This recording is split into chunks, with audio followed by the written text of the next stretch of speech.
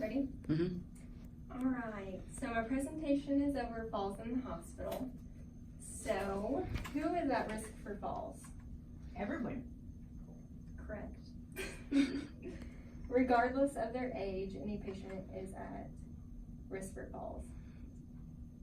All right, what can falls be caused from? Medicines. Medications. Falls can be caused from many different factors. Physiological changes, medical conditions, surgeries, medications, procedures, and diagnostic testing. All these factors can put the patient at risk for weakness and confusion.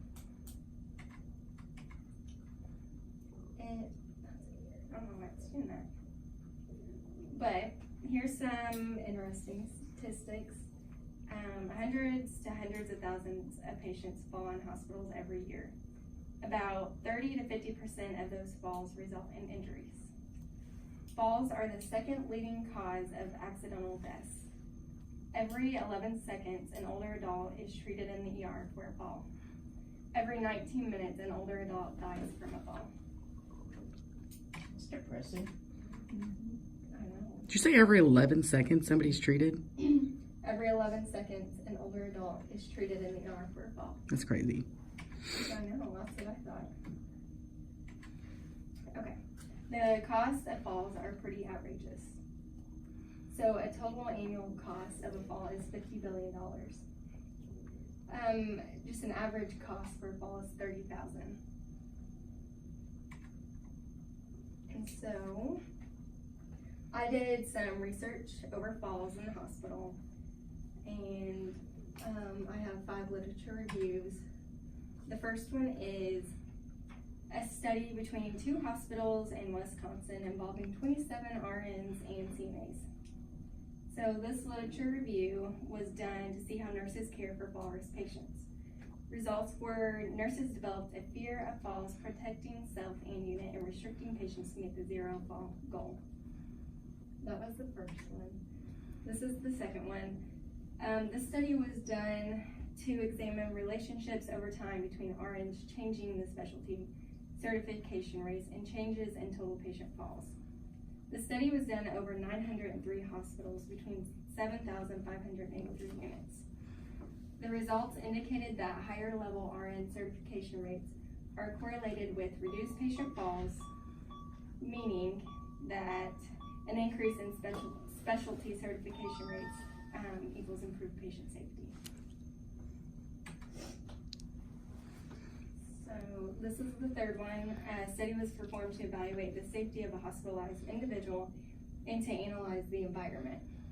This was done in a 127-bed facility on older individuals, 60 years and older. 9 items were evaluated during this study, and out of the 9 items, 127 beds, on all 127 beds, 2 beds were found unlocked. All beds had a call light, but did not offer easy access to the patient, and 14 lights did not work. Ooh.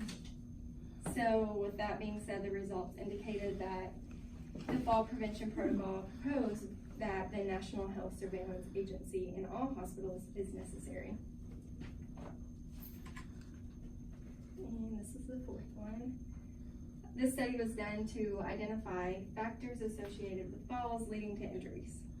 Falls were analyzed during this time to observe trends of falls and contributing factors. It was performed over a 5-year period.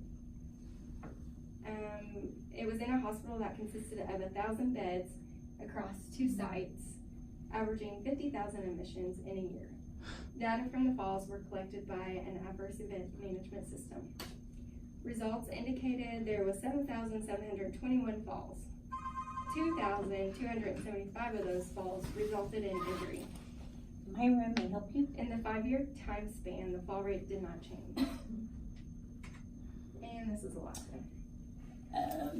In an acute care hospital with 5 medical surgical units, including 4,412 nurses and patient care techs, their survey was performed to analyze patient length of stay, age, and full-time nurses. Several studies have shown associated lower patient-to-nurse ratios and skill mixes. after analyzing patient age played an important role in falls and injuries. Higher proportion of RNs, increased total nurse hours, and more RN experience per shift was associated with fewer falls. Okay, very good. Yeah, okay, ready? Mhm. Okay, this is the PICO question. This is the one that I developed.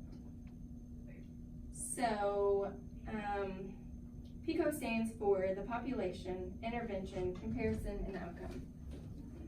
So the question is, would reserving rooms closer to the nurses station for acute care patients with a greater than or equal to 3 fall risk score cause a decrease in fall rates? So the population is acute care patients. The intervention is reserving rooms for patients with a greater than or equal to 3 fall risk score closer to the nurses station.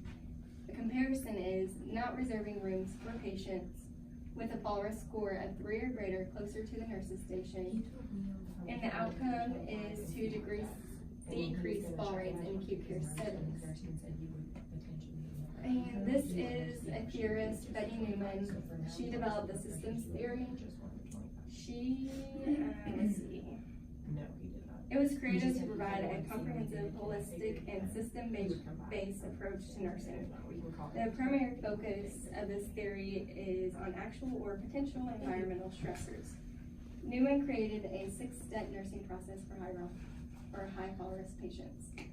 And the first step is assessment of the patient. So determining actual and potential stressors such as recent fall, sedatives, ambulation assistance, and mental status. Second step is diagnosis, making a diagnosis by interpreting data collected, like initiating patients as a low or high fall risk. Third step is to set goals to avoid falls. Fourth is to create a plan such as implementing alarms, non-skid socks. Fifth step is initiating the plan, assisting patients to the bathroom using gait belts, and the 6th step is evaluation. So evaluating if the plan works or not. This is my design and setting sample. So I designed a study in the Southern Indiana Hospital with 144 medical surgical beds, which is this hospital.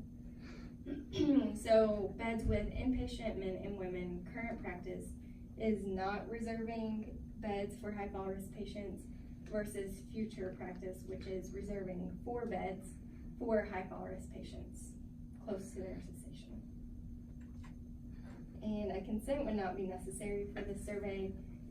They would just be identified by a random group. So it is confidential. The data collection is measuring if patients fall or not while in the hospital as a type of objective measurement. We would observe pre and post fall implementation. We would collect data over a 6-month period. And let's see, when collecting data, we would first analyze the fall, then collect data by the patient's random number that they are assigned. The inclusion criteria would contain adult med-surg beds. A t-test would be used to collect the data. And just a summary. So there's several factors contributing to falls in the hospital.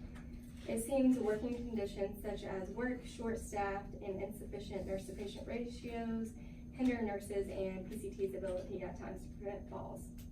Overall, as nurses and PCTs, it is important to keep our patients safe and provide safe environments for them.